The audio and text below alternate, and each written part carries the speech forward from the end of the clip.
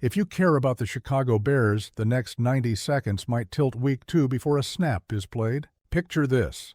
The trainer's room light flickers, the injury printer hums, and 3 names that decide leverage on 3rd and 6 land on the sheet. 1 red, 1 yellow, 1 underlined twice. At the same time, a coordinator admits he put too much on the quarterback's legs and not enough on the back's shoulders. And just as you're catching your breath, Detroit's own report drops a couple of sirens, left tackle, cornerstone linebacker, while a Week 3 opponent quietly loses a top cover man. This isn't clickbait, it's a fuse. The question is whether it burns toward a win in the trenches or another Sunday night of what-ifs. Here's what I'm going to do in this video. No spoilers yet. I'll map the Bears' initial injury picture with what it means for matchups, not just names on a list. I'll put Detroit's status under the microscope to find the weak brick in their wall. I'll walk you through the offensive rethink that's already being discussed, more calls to the backs, less emergency scrambling, and what that means for snap counts and identity. I'll flag the scheduling wrinkle for Week 3 you need to know. And only after the stage is set will I drop the actual headline you came for, then separate hard fact from fair speculation. You're watching Bears News Fan Report, blue-collar football talk for blue-collar fans. Hit subscribe, turn on those alerts, and drop a DO Bears in the chat if you're rolling with us through the whistle. Let's set the table. The Bears, under new leadership, promised knife-edge efficiency, protect the pocket, win first down, stay on schedule, and make the fourth quarter a fight you're built for. That's union-strong football, 4th and 1 attitude on every snap. But Week 1 put a spotlight on balance. The quarterback's legs saved field position, yet the run game never found that grind-them-down sound, pads popping, pile moving, linebackers getting nosy and paying for it.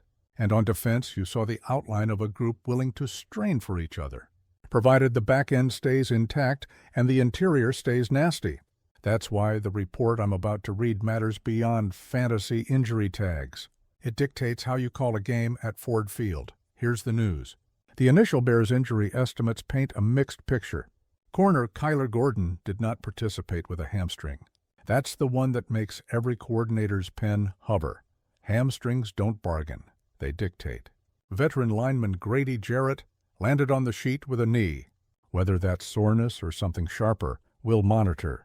But even maintenance is a big man's red flag on a short week. Roshan Johnson was limited with a foot, arrow gently up. Linebacker T.J. Edwards, who sat the opener, was limited with a hamstring, an encouraging step if he can stack real practices. Josh Blackwell was limited, groin. DJ Moore and Jalen Johnson, were full participants after lower body tags, with Jalen also carrying a calf notation, trending the right way after going through a pre-game workout on Monday night. Darnell Wright being off the list is a quiet victory for the right edge and the run game's bread and butter. Now flip the card. Detroit's early list carries 2 blinking lights, Jack Campbell with an ankle, Taylor Decker with a shoulder. Decker told reporters he's managing it and hopes to go. But if left tackle is compromised against a Bears front that just put honest work on tape, your games up front get spicier, overloads, simulated pressure, and wide 9 heat that turns their inside issues into drive killers.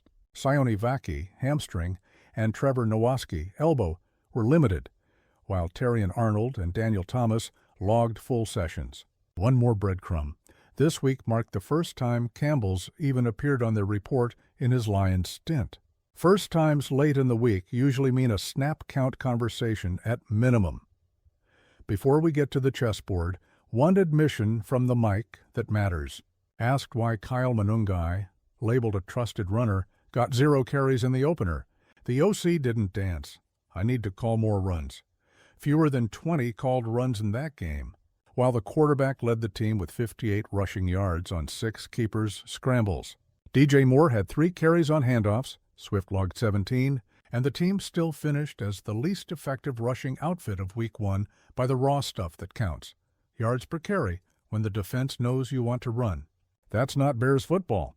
It's not sustainable football either when your QB is the leading rusher, out of necessity, not design. So what does call more runs actually look like on a whiteboard?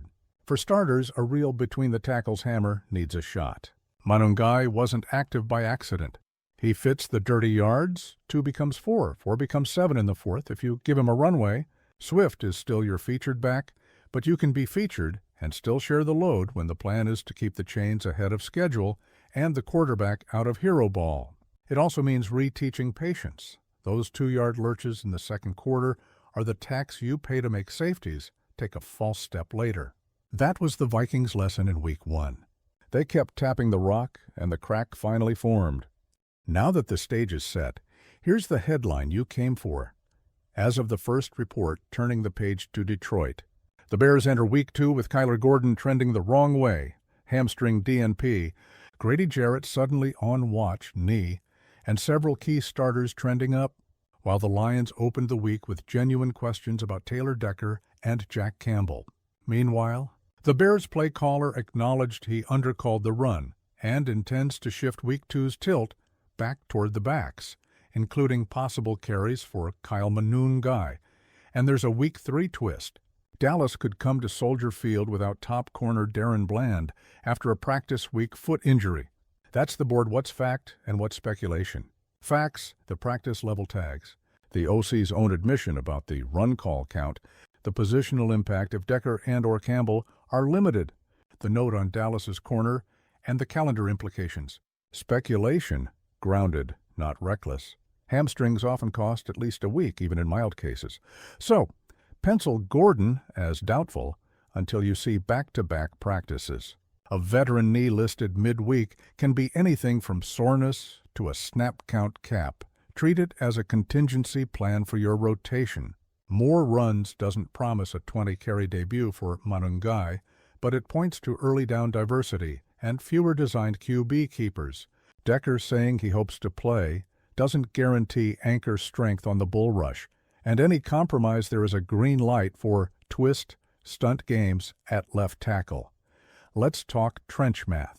If Gordon sits, you adjust split safety rules and protect the nickel with disguise, late rotations, trap calls, and leverage that dares Detroit to finish drives with tight window throws instead of gashes after the catch. If Jarrett's knee means a pitch count, you compensate with more movement up front, slants on early downs, spike the guard to muddy their combos, and let your backers run through. On the other sideline, if Decker is less than 100%, you attack with inside-out pressure. Walk a backer up in the B gap and force their protection to declare. If Campbell is limited, your screen game and misdirection on second and medium become coin flips in your favor, because the trigger man in the middle is a tick late. Offensively, the path is blue-collar obvious. Shrink the menu, expand the commitment. Duo and inside zone until Detroit's safeties start nosing, then hit the glance post behind it. Build early touches for Swift on downhill tracks, not just excursions to the edge. Mix in Manungai as your short yardage and make it 3rd and 3 back. And for the love of October football, live in 2nd and 6. That's where play action looks like theft. Let the quarterback be a weapon, not a crutch. Scrambles as punishments for man coverage. Not plan A? If DJ Moore has 3 carries again, make them constraint plays, not your engine. Defense. Same sermon. Win first down. Detroit hates 2nd and 9. Make them chase efficiency with throws they don't want, and your rushers can tee off. If your nickel depth is tested, compress the windows. Force the check down, rally, tackle. Helmets to the ball, 6 hands to the pile. No free YSC on your watch. Blue-collar pride means a missed tackle is a sprint, not a shrug. Zooming out, the Week 3 wrinkle matters more than fans admit. No Darren Bland, if that holds, changes the coverage math for Dallas and the confidence calculus for your young QB. But it only matters if you get through Detroit with momentum. Good teams bank small edges. Great teams compound them. Here's where I land on the spectrum. I'm not panicking about a midweek knee label for a vet or declaring a hamstring a month-long saga. But I'm also not pretending you can just replace a twitchy slot corner with a shrug. The silver lining is structural. The OC owned the imbalance. You've got a physical back waiting for carries, and Detroit's protection might be softer at the edges than they want to admit this early. That's the exact recipe Chicago teams have used for a century. Tilt the field with the run, turn the game into a fourth-quarter clamp, and finish with defense that makes receivers hear footsteps. Your turn. If you were scripting Week 2, how many carries do you give Manungai? Do you force the issue on the ground even if it's ugly early, or keep the ball in your QB's hands and dare Detroit to spy him? And on defense, if Gordon can't go, are you playing more zone to keep eyes on the backfield or trusting your outside guys and heating the pocket?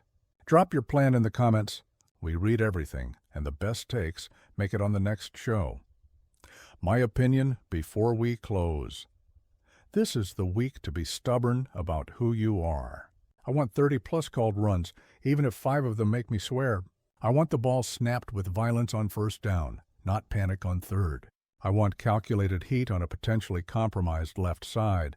And I want clean exits on the back end, even if that means living soft and rallying. And yes, I give Manungai a real shot, 8 to 10 carries, with a promise to the huddle. You earn more by moving the pile. That's Chicago football, blue collar, 4th and 1 all game long. If you felt that, hammer the like, subscribe to Bears News Fan Report, and share this with the buddy who texts you during games like he's calling plays. We'll be live after the final whistle. Bring your takes, bring your questions, bring your hard hats. Bear down.